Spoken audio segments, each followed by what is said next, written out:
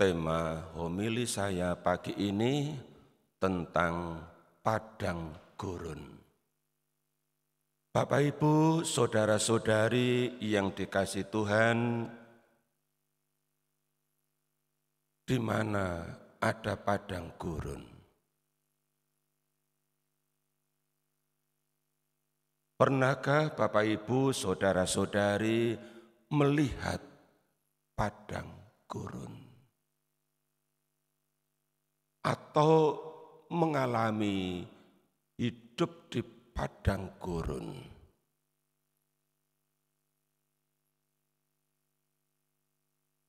Santa Teresia dari Kanak-kanak Yesus dan Wajah Kudus pernah berkata begini, bagi saya Karmel adalah padang gurun. Maksud dia, biara Karmel tempat dia tinggal di Lisuk, Perancis, adalah tempat yang hening, tempat yang sepi,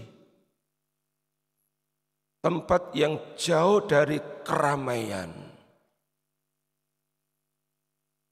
tempat yang sangat mendukung untuk berdoa. Namun di tempat yang hening, yang sepi, yang jauh dari keramaian ini, juga sekaligus menjadi tempat untuk mengalami pencobaan atau ujian. Suatu hari dia akan mengucapkan kaul atau janji hidup membiara, sekaligus memakai pakaian suster dengan kerudung hitam.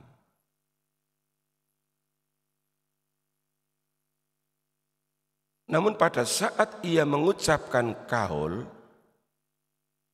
ayahnya tidak datang karena sakit serius.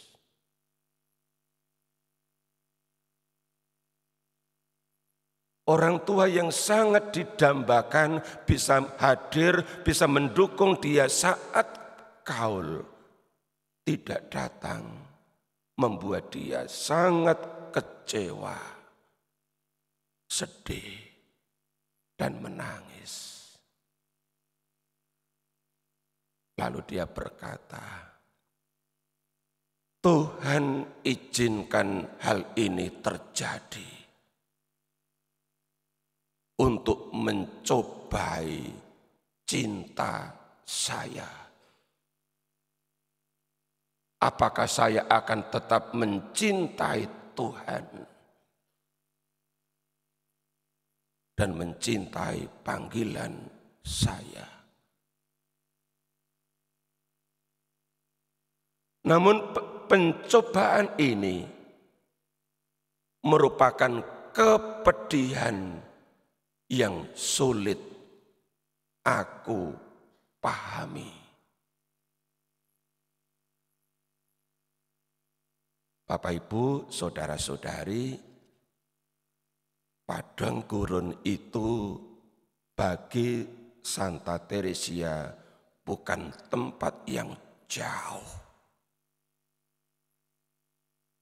Biara tempat dia tinggal adalah padang gurun.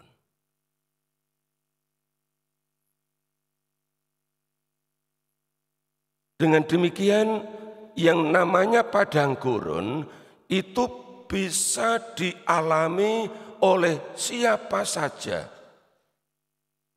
Bukan hanya oleh Teresia. Bapak, Ibu, saudara-saudari bisa mengalaminya. Bahkan dalam Injil hari ini kita juga ditunjukkan oleh penginjil Markus bahwa Yesus juga mengalami padang gurun. Setelah dibaptis, dia dibawa oleh Roh Kudus ke padang gurun. Seperti tadi dikatakan dalam Injil Markus bab 1 ayat 12. Sekali peristiwa Roh memimpin Yesus ke padang gurun. Di padang gurun itu selama 40 hari Yesus dicobai oleh iblis. Bagi Yesus, padang gurun juga merupakan tempat yang sepi. Sepi dari keramaian manusia. Karena yang ada adalah binatang-binatang liar. Dan karena ada banyak binatang liar, manusia dengan sendirinya menjauh. Tidak berani datang ke sana. Tapi Yesus dipimpin oleh Roh Kudus, berani datang ke padang gurun. Maka yang menjadi ancaman Yesus bukan binatang-binatang liar, tetapi justru iblis. Tadi dikatakan ya, di padang gurun itu selama 40 hari Yesus dicobai oleh iblis. Iblis mencobai Yesus untuk menguji apakah Yesus mau taat kepada kehendak Bapa yang mengutus dia ke bumi untuk menyelamatkan manusia. Apakah Yesus mau setia akan misinya, yakni menghadirkan kerajaan Allah di bumi. Bapak Ibu, saudara-saudari, dengan cobaan yang dari iblis, penginjil Markus tidak menyebut apakah Yesus menang atau kalah. Tapi kalau kita merujuk ke teks lain, misalnya dalam Injil Matius bab 4 ayat 1 sampai 11 atau Injil Lukas bab 4 ayat 1 sampai 13, di sana ditunjukkan dengan jelas bahwa meskipun berkali-kali Yesus dicobai oleh iblis, Yesus tampil sebagai pemenang. Karena Yesus selalu dipimpin oleh Roh Kudus. Tak pernah lepas dari Roh Kudus. Bapak Ibu, saudara-saudari yang dikasihi Tuhan. Kalau bagi Santa Teresia, biara Karmel adalah padang gurunnya. Kalau bagi Yesus di Yudea juga menjadi tempat padang gurunnya. Lantas bagi kita, di mana ada padang gurun? Saya mencoba merefleksikannya, jawaban saya begini. Bagi kita, Bapak Ibu, saudara-saudari, padang gurun kita adalah keluarga. Tidak usah jauh-jauh pergi ke padang gurun. Karena keluarga kita adalah sebuah padang gurun. Bagi sebagian umat, keluarga adalah sebuah padang gurun yang sepi, yang hening. Karena hanya dihuni oleh 2 orang, suami istri. Anak-anak sudah berkeluarga, tinggal di kota lain, bahkan ada yang semuanya tinggal di luar negeri dan sudah kerasan di sana, jarang pulang mengunjungi orang tua.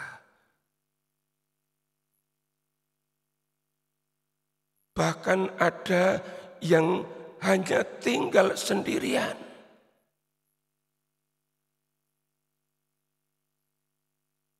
Tanpa asisten rumah tangga.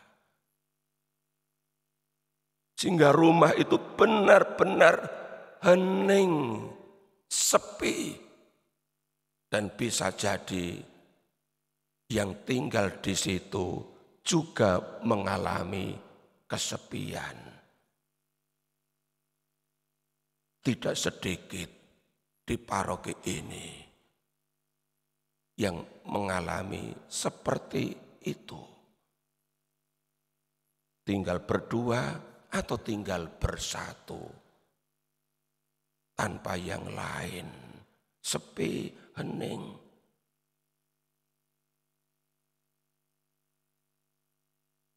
Bagi sebagian umat, keluarga juga menjadi padang gurun.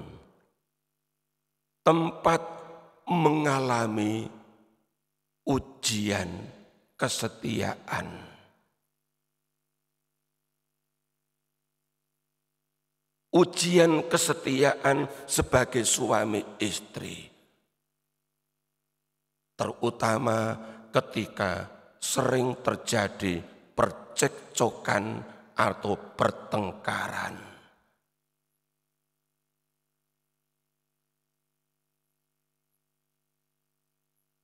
Bagi sebagian umat, keluarga juga menjadi padang gurun.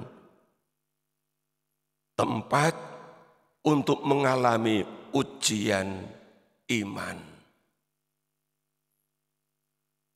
Apakah di rumah, dalam keluarga juga rajin berdoa?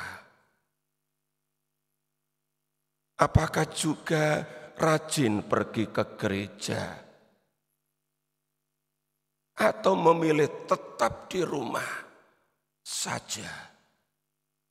Meskipun pandemi COVID-19 sudah berlalu. Tetapi misalnya masih online terus. Malas pergi ke gereja.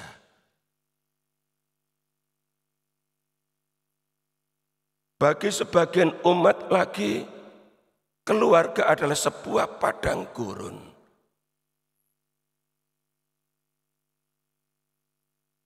Ada banyak orang tinggal dalam keluarga,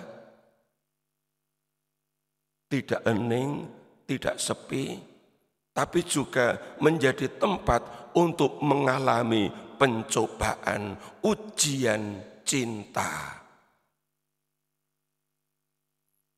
Apakah para anggota keluarga semakin mencintai Tuhan?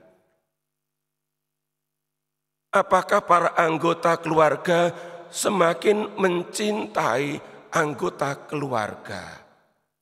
Mencintai satu terhadap yang lain. Atau cinta itu makin tergerus. Sehingga tidak lagi dirasakan oleh masing-masing anggota keluarga. Sehingga yang ada hanya kekerasan di sana.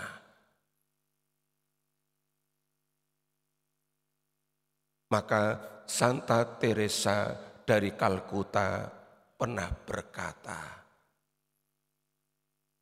jika tidak ada cinta, yang ada hanyalah perbudakan. Jika ini terjadi dalam keluarga, sungguh mengerikan. Perbudakan dalam keluarga dilakukan oleh orang-orang dalam.